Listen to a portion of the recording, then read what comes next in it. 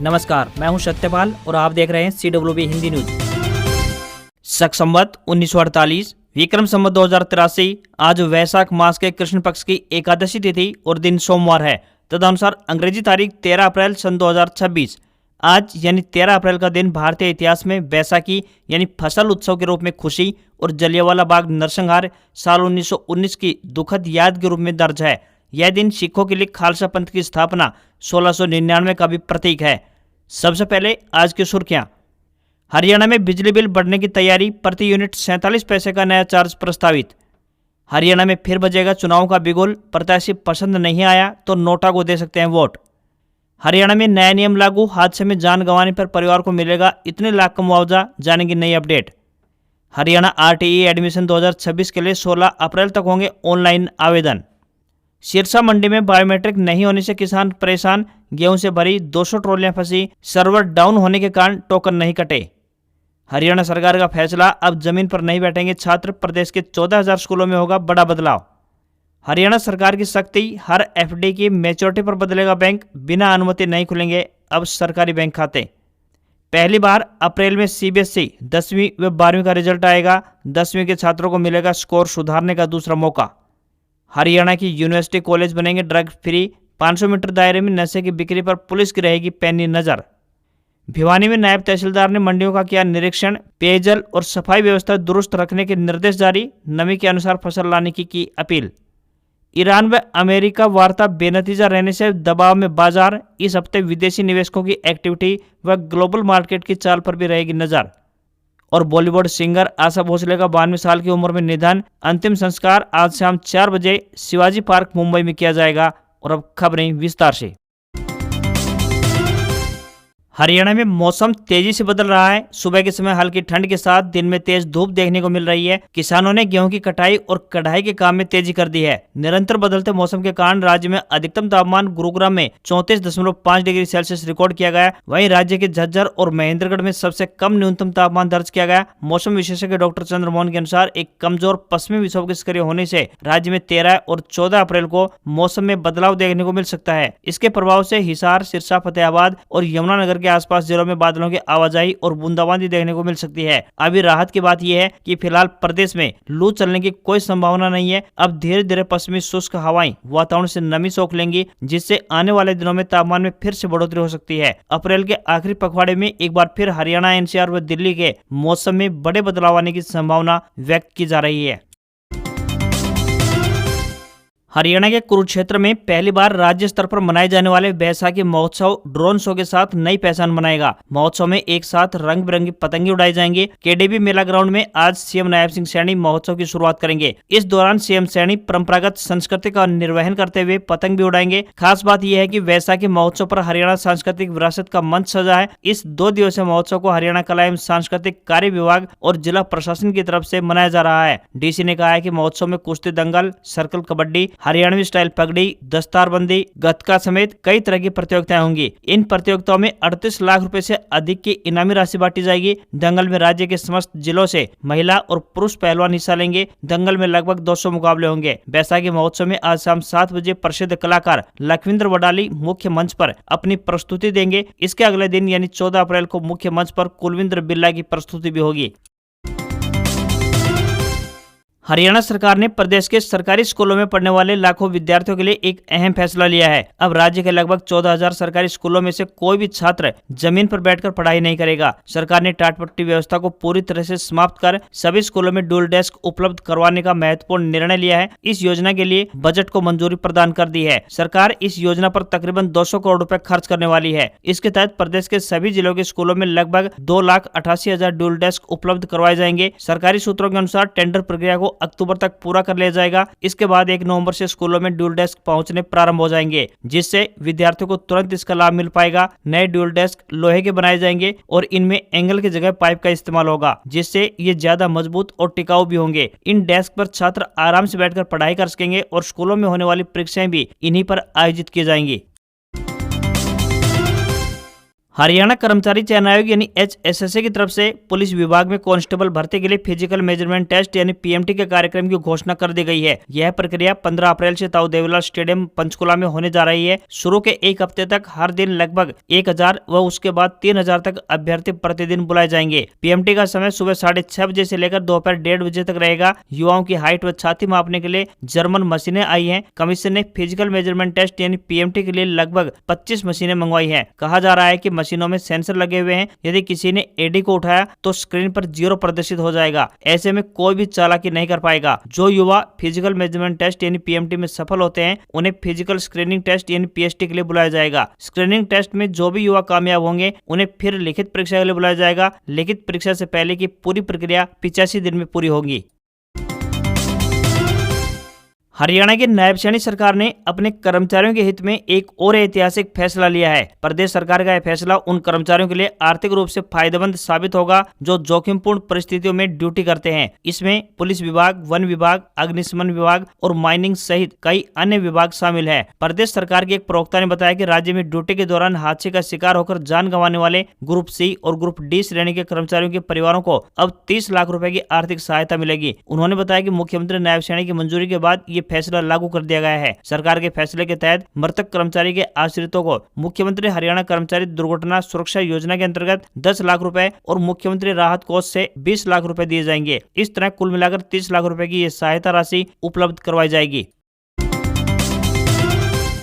भले ही हरियाणा में इस साल बिजली टैरिफ में कोई बढ़ोतरी नहीं की गई है, लेकिन उपभोक्ताओं को दूसरे तरीके से अधिक बोझ उठाना पड़ सकता है। इसके लिए उत्तर और दक्षिण हरियाणा बिजली वितरण निगमों ने ईंधन एवं बिजली खरीद समायोजन अधिभार के तहत 47 पैसे प्रति यूनिट अधिक वसूली के लिए हरियाणा राज्य विद्युत विनियामक आयोग से अनुमति मांगी है। आयोग ने इस प्रस्ताव पर उपभोक्ताओं और अन्य हितधारकों से 1 मई तक आपत्तियां और सुझाव मांगे हैं। इसके बाद 14 मई को इस पर अंतिम फैसला लिया जाएगा कि यह शुल्क जारी रहेगा या नहीं। प्रदेश में कुल मिलाकर 83 लाख से अधिक बिजली उपभोक्ता हैं, जिसमें लगभग 7 लाख किसान भी शामिल हैं। यदि यह शुल्क लागू होता है तब भी किसानों को ट्यूबवेल कनेक्शन के लिए पहले की तरह केवल 10 पैसे प्रति यूनिट ही भुगतान करना होगा। बाकी राशि सरकार सब्सिडी के रूप में देगी। हालांकि बिजली टैरिफ बढ़ाने के प्रस्ताव को पहले ही खारिज कर चुका आयोग इस नए अधिभार पर बिजली निगमों के पक्ष में अपना फैसला दे सकता है।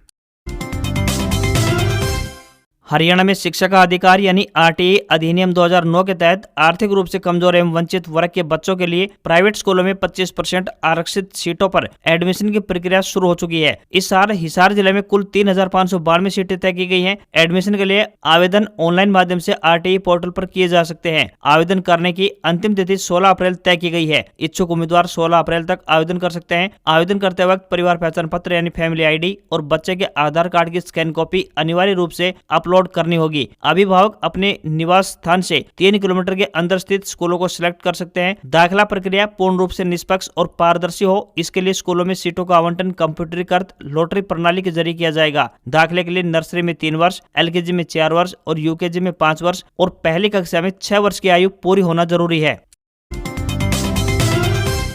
हरियाणा में फिर चुनाव का बिगुल बजेगा। पंचकुला नगर निगम में अनुसूचित जाति यानी SC वर्ग को आरक्षण पर विवाद के चलते प्रदेश में स्थानीय निकायों के चुनाव पर छाए संकट के बादल अब हट गए हैं। हाईकोर्ट के आदेश को अमली जामा पहनाते हुए स्थानीय निकाय विभाग ने आनन फानन में अधिसूचना जारी करते हुए पंचकुला में अनुसूचित जाति वर्ग के लिए फिर से 3 वार्ड आरक्षित कर दिए हैं। प्रदेश में 7 स्थानीय निकायों के आम चुनाव और 6 निकायों के उपचुनाव होने हैं। इसके अलावा विभिन्न ग्राम पंचायतों में पंच सरपंचों, पंचायत समिति सदस्यों और जिला परिषद सदस्यों की रिक्त सीटों पर भी उपचुनाव करवाया जाएगा। राज्य चुनाव आयोग की योजना अप्रैल अंत तक चुनाव करवाने की थी, जिसके लिए मतदाता सूचियों को अंतिम रूप दिया जा चुका है, लेकिन हाईकोर्ट में आरक्षण के विवाद के चलते चुनाव लटक गया। अब मई के पहले पखवाड़े में चुनाव करवाए जा सकते हैं। निकाय चुनाव में प्रत्याशी पसंद नहीं आया तो मतदाता नोटा यानी उपरोक्त में से कोई नहीं को भी वोट दे सकते हैं। अगर नोटा को सभी प्रत्याशियों से अधिक वोट मिलते हैं तो ऐसी स्थिति में दोबारा से चुनाव करवाया जाएगा। नोटा से हारने वाला कोई भी प्रत्याशी चुनाव नहीं लड़ सकेगा। प्रदेश में होने वाले फिजिकल मेजरमेंट टेस्ट यानी PMT को लेकर सरकार ने अभ्यर्थियों की सुविधा के लिए बसों का इंतजाम किया है। 15 अप्रैल से पंचकुला के ताऊ देवीलाल स्टेडियम में शुरू होने वाले PMT के लिए हरियाणा रोडवेज की ओर से अतिरिक्त बसें चलाई जाएंगी। जारी पत्र के अनुसार रोजाना करीब 3000 उम्मीदवार इस टेस्ट में हिस्सा लेंगे, जो अगले 80 से 85 दिनों तक चलेगा। ऐसे में उम्मीदवारों को आने जाने में कोई परेशानी न हो, इसके लिए हर डिपो से रोज 5 बसें चलाई जाएंगी। ये बसें जीरकपुर बस स्टैंड और रेलवे स्टेशन पंचकुला साइड से स्टेडियम तक जाएंगी और वापस भी आएंगी। जाएगी। इसके अलावा पंचकुला व चंडीगढ़ से अधिकारियों की ड्यूटी भी लगाई गई है, जो बस स्टैंड और स्टेडियम पर व्यवस्था संभालेंगे। अधिकारियों को निर्देश जारी किए गए हैं कि रोजाना यह व्यवस्था सही तरीके से लागू हो, ताकि अभ्यर्थियों को कोई परेशानी, कोई दिक्कत न आए।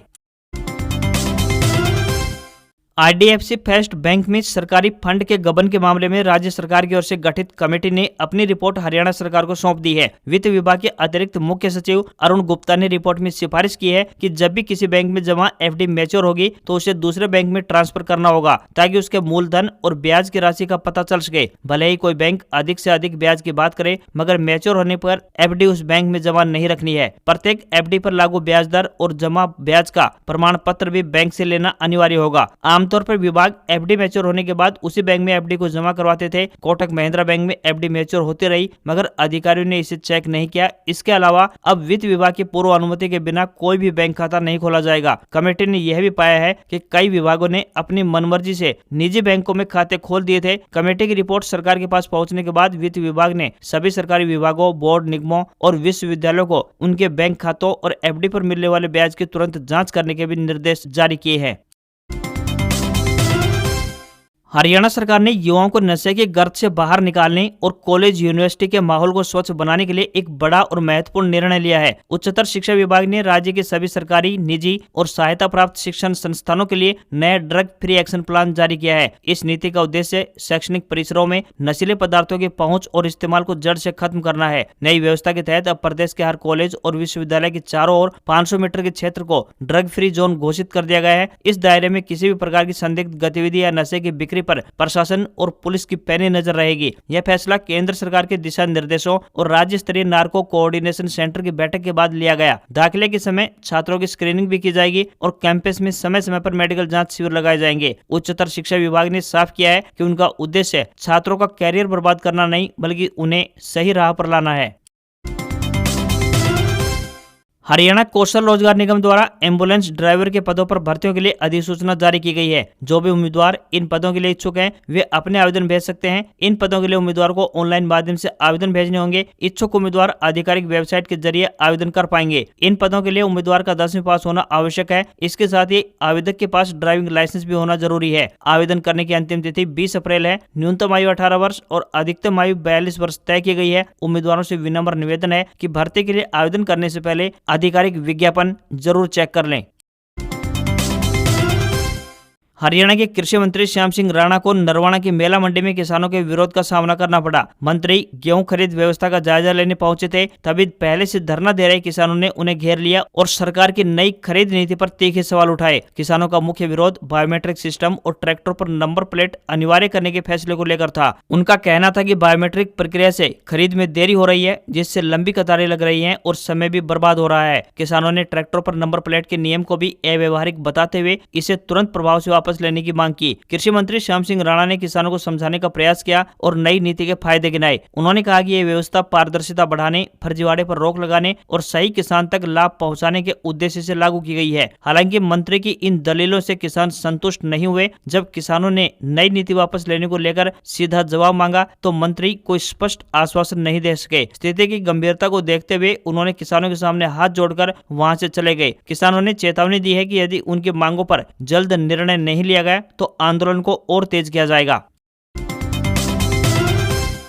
केंद्रीय माध्यमिक शिक्षा बोर्ड यानी CBSE इस साल सत्र 2025-26 का 10वीं और 12वीं का परिणाम 20 से 25 अप्रैल के बीच घोषित कर सकता है। CBSE ने अब तक अपना रिजल्ट मई या फिर उसके बाद के महीनों में जारी किए हैं। ऐसा पहली बार होगा कि अप्रैल में रिजल्ट आएगा। बोर्ड ने कॉपियों के मूल्यांकन का काम पूरा कर लिया है। फिलहाल मार्क्स फीडिंग की प्रक्रिया चल रही है। उधर इस शैक्षणिक सत्र से CBSE ने 10वीं के छात्रों के लिए 2 एग्जाम पॉलिसी भी लागू की है। इसका सीधा फायदा उन छात्रों को मिलेगा जो पहली परीक्षा में उम्मीद के मुताबिक अपना प्रदर्शन नहीं कर पाए। रिजल्ट जारी होने के बाद 10वीं के स्टूडेंट्स को दोबारा से परीक्षा देने का मौका मिलेगा। यह पूरी तरह से छात्र की इच्छा पर निर्भर है। अगर आप पहली परीक्षा के स्कोर से संतुष्ट हैं तो दूसरी परीक्षा देने की कोई आवश्यकता नहीं है। वहीं दूसरी परीक्षा यानी कि ऑप्शनल एग्जाम 15 मई से लेकर 1 जून के बीच प्रस्तावित है। दोनों परीक्षाओं में से जिस भी एग्जाम में आपके नंबर ज्यादा होंगे वही फाइनल रिजल्ट भी माना जाएगा। वहीं प्रैक्टिकल और इंटरनल असेसमेंट साल में एक ही बार यानी दिसंबर व जनवरी में आयोजित किए जाएंगे। दूसरी परीक्षा केवल थ्योरी पेपर्स के लिए होगी।